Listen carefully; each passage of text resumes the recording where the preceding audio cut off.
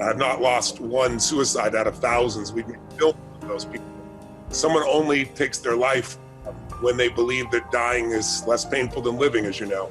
And when you can shift that, you can shift anyone. So if you're interested, I'll send you some resources in that area. And if I can ever be helpful to you outside this conversation, brother, you can count on me, because I do have that skill regardless of the color of my skin. And it's been my lifelong work. I'd love to know just how you came to make the shifts in your own life. I know you started out, if I understand your history, selling drugs. You got a pretty tough background, to say the least, and yet now you're a worldwide influencer and you inspire people around the world. And I know you don't feel that way right now. How could you, with what you've been through again? But I'd love to know a little bit of the path, because that path shows people what's possible. You're an example. That's why I wanted to bring you on, because you're an extraordinary human being, and it's not because you had it easy, that's for sure. So tell us, if you would, just a little about that, and then tell us a little bit about, what your core message is for America today. What do you want? What do you want to come out of this as well? But first, tell us a little bit about your journey, if you would.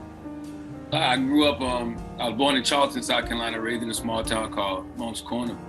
And I grew up on this very small dirt road in a single wide trailer.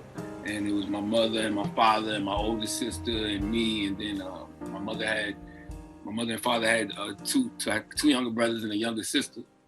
And, everything that I got into as a child, especially when it came to like crime, I bought all of that on myself. My father was definitely, the bad seed from bad sperm. He was, had his own problems with substance abuse, and he had his own problems with mental health. And he was, a drug user, but then he was also a drug seller. So he had that side in him, but he was also a good man as well. He was a great man. He was a great man who, knew how to do construction, knew how to use his hands. So, even at his worst, I always saw him bounce back and, become his best. We had and I learned this through therapy. I had my own issues with him just because of how I watched him, treat my mother, because him and my mother ended up getting a divorce. They've been divorced for like 20 plus years now. But, I watched him, having a whole other family on the side, and things like that, bother you as a child, and then you kind of suppress it, and then it comes back later on in your life, and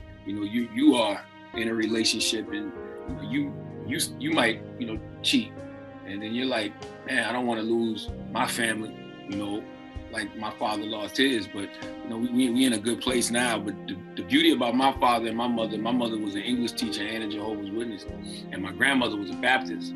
So I always had spirituality. I always had some type of spiritual foundation. Like my mother would always give me watchtowers and awakes to read, and we would go out in field service every Saturday, and that was eye-opening for me, because they were actually being witnesses for God. That's what Jehovah's Witnesses mean, being witnesses of Jehovah. And they were, even though people would say that they were annoying, but it's like, yo, you kind of should be annoying when you're trying to, push the work of a higher power, and literally every Saturday morning, that's something that we would do. And she was an English teacher, so she would always keep a book in my face, and she would always tell me to read things that don't pertain to me. And that's kind of where I guess I developed an appetite for everything. I guess that's where I'm always willing to, have conversations with anybody, because I saw other worldviews, other than my own. And I was like a super intelligent kid, like as far as grades, until I got to about 6th grade. And when I got to 6th grade,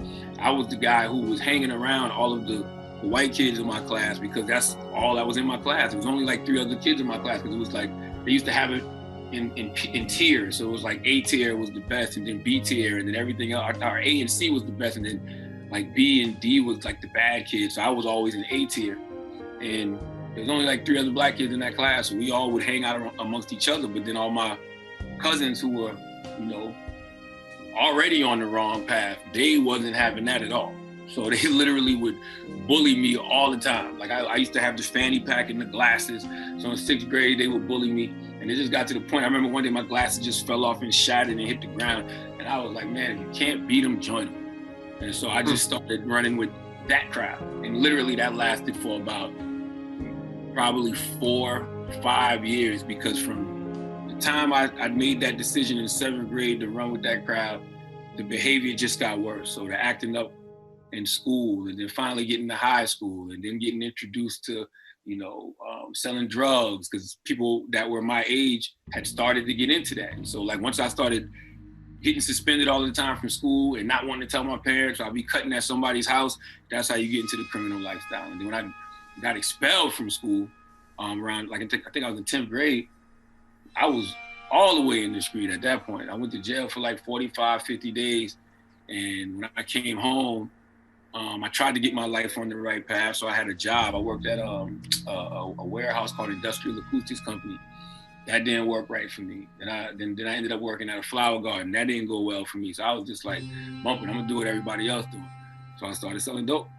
And when I started selling dope, the first time I ever got locked up for drugs that was the time when I finally said, all right, enough is enough. Because my father would always tell me that if I don't change my lifestyle, I'm gonna end up in jail, dead, or broke sitting under the tree. So when you're young and you start to actually see that reality, you start to see people that you actually loved, you know, growing up to be just washed and they're sitting under the tree not doing nothing with their life, and you got people that you were peers with and went to school with, they end up in jail, and you got friends that, you know, have gotten killed.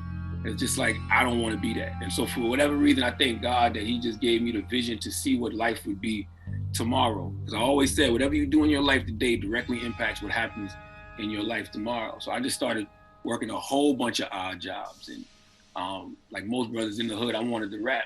And I was in this recording studio one time, and I met this guy named Willie Will. Willie Will was a radio personality. And I just asked him, I said, how did you get into radio? And he said, I just went down there and got an internship. This is 1998 in Charleston, South Carolina. So things were a lot different back then. But I went down to the radio station, filled out the internship papers, and got an internship. And that was the most positive setting I had ever been in my life. Just being in this corporate environment and having this corporate structure, it just really helped me a lot. And the first time I ever cracked that microphone, I was just like, this is what I want to do for the rest of my life. So even when you ask me about, you know, being a cultural influencer, that's not something that I, you know, sought out to do. Yeah. I just always remember when my father, one of the first two books my father ever gave me was The Autobiography of Malcolm X and Message to the Black Man by Elijah Muhammad. And Malcolm X always said, the person who controls the media controls the minds of the masses. Yeah. So being that I've always had that thought in my head, I've always attempted to do that. I've always attempted to be the perfect balance of ratchetness and righteousness, because I am a full human being. And I say full because I don't think I'm quite whole yet. I think whole is a journey that you get to when you really start, you know, digging in deep when it comes to your mindfulness and your mental health. So I'm getting to that journey of wholeness. And I don't know if I'll ever be whole, but I am full. And being that I'm full, I have a wide range of interests and a wide range of things that I'm into. And like I said, I like to have conversations